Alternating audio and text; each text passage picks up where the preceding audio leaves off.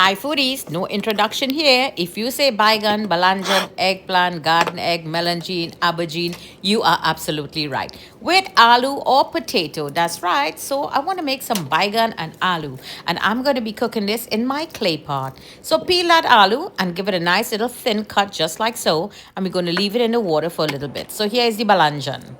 Let's cut the head and tail off, and I don't like to use all the skin. Now, this is a Korean eggplant, as you would say, or baigan or balanjan. It's not the regular purple one that we know from the beautiful island, the regular looking one, aubergine. So give it a nice little cut. This one is very sweet. Try this one. You're going to love it.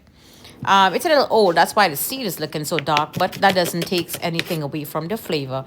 So just some onion, some garlic, and I'm gonna slice half of this jalapeno pepper.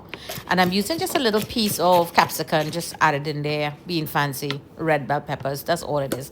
One ripened tomato or damadol, give it a nice little slice. Just gonna add some flavors in there and just put that together with the balanjan. Set that on the side now. Let's start the recipe. So in my beautiful clay pot that I got here as a gift when I went down to that funeral for my best friend and one of my foodie members in Georgia, Lisa brought this, which is a foodie follower, as a gift for me. She was following me through. So shout out to Lisa. Hi, Lisa. Warm welcome again. Thank you for this beautiful gift and very thoughtful of you. So in goes everything in there. What I add was some salt and some crayfish powder. Let everything cook nicely, steam down nice. Now we're going to add the balanjan together with the tomato and some salt. In goes some fresh seasoning and squeeze a little bit of lime or lemon juice. Because remember, Granny said, you know, it could well scratch your mouth. So this is one of those vegetables. You just add a little bit of acidity to it. It could be a lime juice, lemon juice, orange juice, or even some vinegar. So in that little chimney there, you add a little bit of hot water in there. So it kind of cools the whole clay pot down because you don't want to pop your clay pot. And I told you all how to season your clay pot. So nice little cook there. Everything seems to be melting, but we just need to cook it a little more.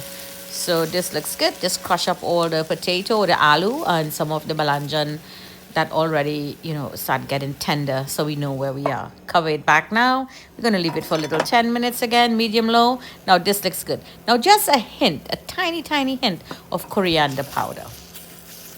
Now give that a good little mix. Turn the heat off because you know the clay pot retains the heat. In goes some fresh herbs at the top.